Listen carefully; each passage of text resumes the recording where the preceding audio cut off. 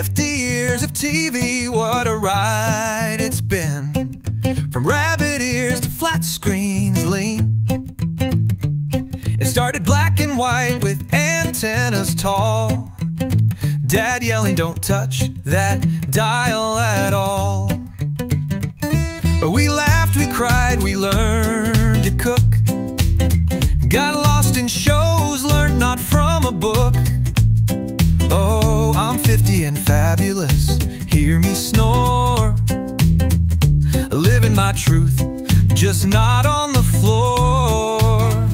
I may misplace my glasses on my head, but I laugh so hard I forget what I said. 50 years of TV, what a golden run.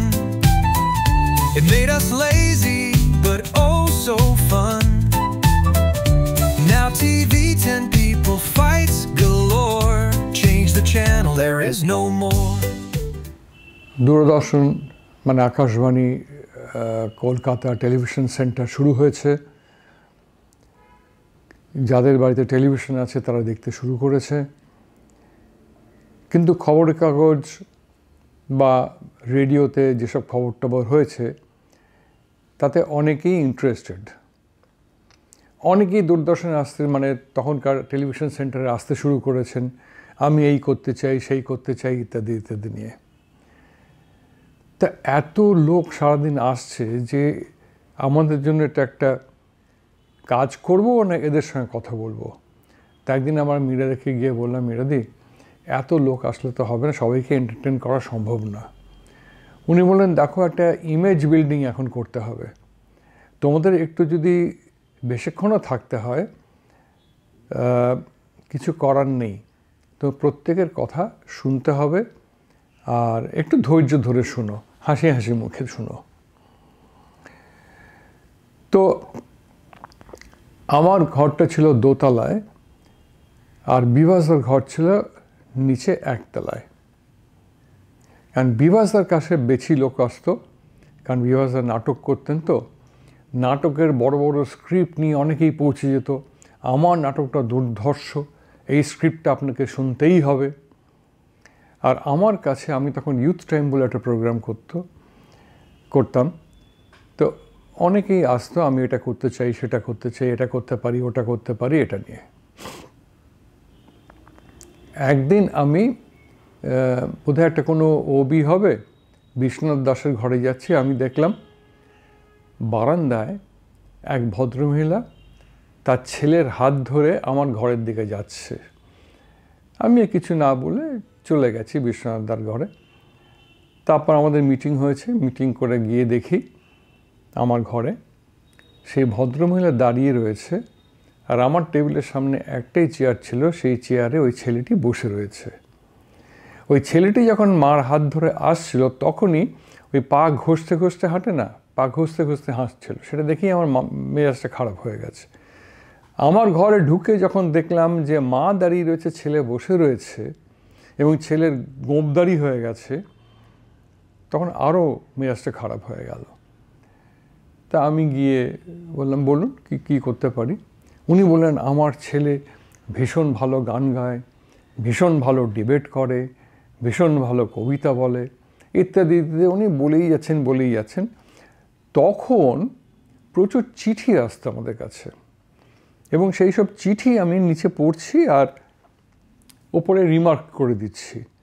কিছু কিছু চিঠি আসতো যেগুলো useless চিঠি, তার ওপরে আমি সিপি লিখে আমার যে প্রোডাকশন অ্যাসিস্ট্যান্ট তাকে দিয়ে দিতাম। সিপি মানে হচ্ছে ছিঁড়ে ফেলো।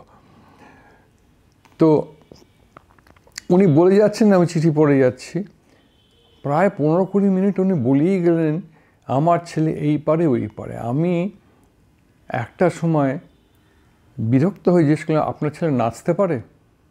হ্যাঁ, নাচতেও পারে। আমার কিছু বলার ছিল না।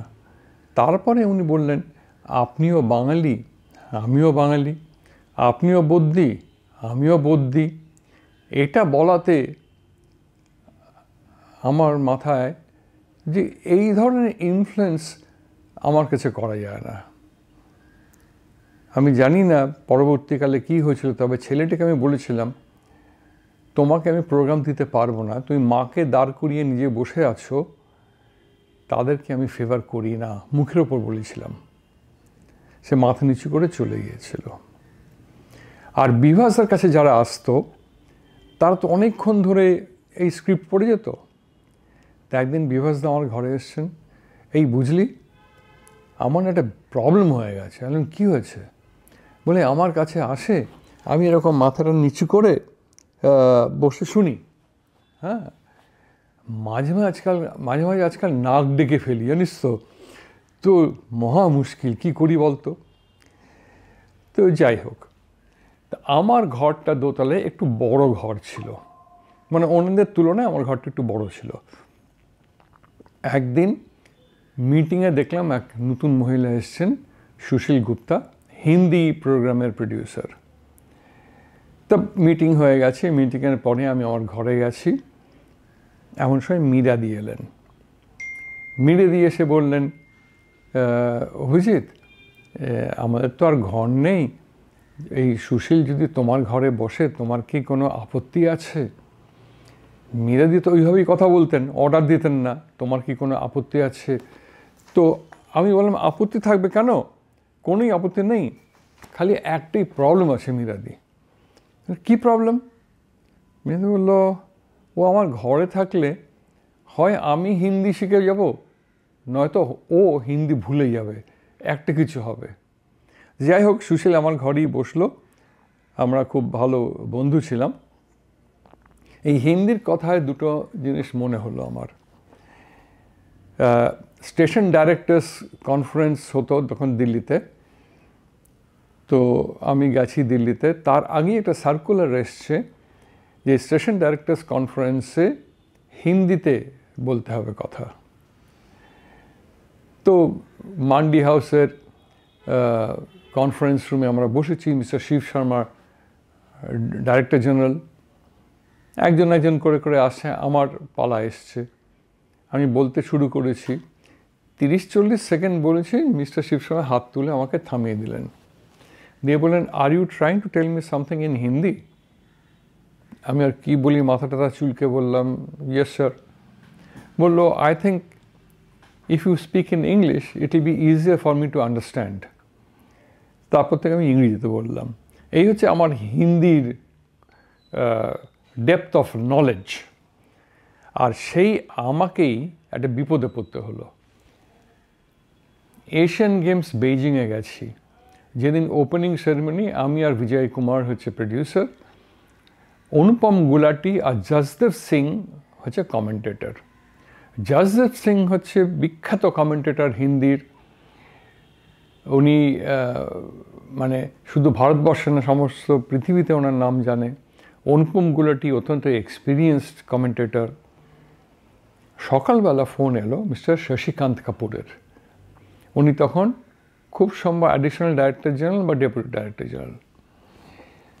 ফোন করে বললেন, Abhijit, Anupam is sick, Vijay will do the production, you will do the English commentary.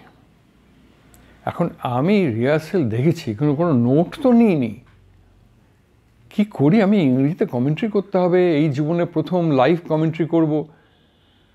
আমি তো কাঁপতে কাঁপতে গিয়ে জসদেবজিকে গিয়ে বললাম, জসদেবজি, বললাম, আমি জানি Shashi call me up also. তাহলে কী করবো? বললেন, আমি তোমার নোটগুলো দিয়ে দেবো, তুমি 5 মিনিট করবে, আমি 5 মিনিট করবো, কোনো প্রবলেম নেই, আমার নোটগুলো দিয়ে দেবো।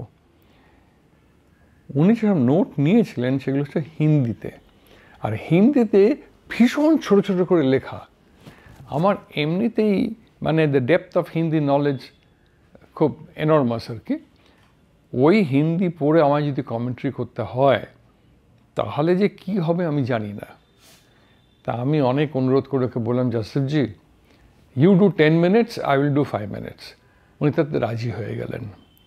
আর সেই 5 মিনিটগুলো আমি করলাম একটু অন্য, ওনার নোট তো নিতে পারলাম না, একটু এই কথা সেই কথা অন্য কথা বলে আমি কমেন্ট্রি করেছিলাম। তো এই হচ্ছে আমার হিন্দির পরীক্ষার পাশ করার গল্প। 1979-এ তার আগে বলি কলকাতা দূরদর্শন কিন্তু খুবই নাম করে গেছে তখন। তার আগে সামথিং ওল্ড সামথিং নিউ বলে একটা ভিন্টেজ কার র্যালির প্রোগ্রাম তপন গৌঠাগর্ত ছিল ক্যামেরাম্যান, ইন্দ্রপাল কাপুর এডিট করেছিল। ওইটা প্রি জানুস জার্মানিতে সিলেকশন হয়েছিল, কিন্তু প্রথম প্রাইজ পায় 1979-এ অ্যান্ডি জয় ফ্লোজ দ্য লুইথ, আমার একটা প্রোগ্রাম ব্রহ্মপুত্রর ধারে করেছিলাম বোহাগ রঙ্গালী বিহুর ওপরে। সেটা কি করে প্রাইজ পেয়েছিলাম সেটা এখন বলবো না, সেটা পরে বলবো, কিন্তু কলকাতা দূরদর্শন সেই প্রাইজটা পেয়েছিল। 1983-তে যখন ন্যাম হয়, নন অ্যালায়েন্স সামিট মিটিং, আমি আর প্রদ্যোৎ ওপেনিং সেরেমনিতে আছি, প্রডিউসার আরও আমাকে অ্যাসিস্ট করছে। সেইখানে একটা ঘটনা ঘটেছিল। মিসেস গান্ধী স্টেজের একদিক থেকে ঢুকেছেন, আরেক দিক থেকে ঢুকেছেন ফিডেল ক্যাস্ট্রো। আর আমি কলকাতায় গেছি স্বভাবতই একটা ফিডেল ক্যাস্ট্রোর প্রতি একটা সফট কর্নার আছে। মিসেস গান্ধী আর ফিডেল ক্যাস্ট্রোকে মিসেস গান্ধীকে জড়িয়ে ধরলেন, আর আমি যে ক্যামেরায় ছিল তাকে বললাম জুম ইন করে ক্লোজ আপে গেলাম। ক্লোজ আপে তো টেলিকাস্ট হয়ে গেল, লাইভ টেলিকাস্ট হচ্ছিল, 80টা দেশে টেলিকাস্ট হচ্ছিল।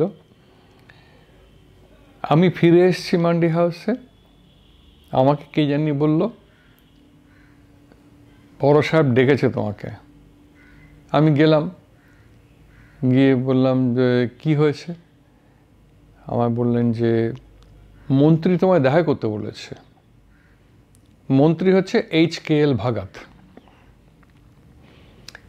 তা আমি গেলাম, দেখা করলাম। তো উনি আমাকে বললেন ইউ আর দ্য প্রডিউসার? জি। উনি বললেন যে you must realise Indian prime minister is a lady. একজন ভারতীয় মহিলাকে ওইভাবে কেউ জড়িয়ে ধরবে সেটা তুমি ক্লোজ আপে দেখানোর কি তুমি ঠিক করেছো? এখন আমি ছিলাম ইয়াং, আমি হঠাৎ করে বলে ফেললাম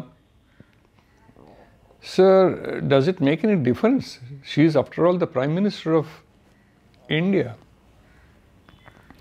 উনি আমাদেরকে কটমট করে তাকিয়ে বলেন গো গো গো।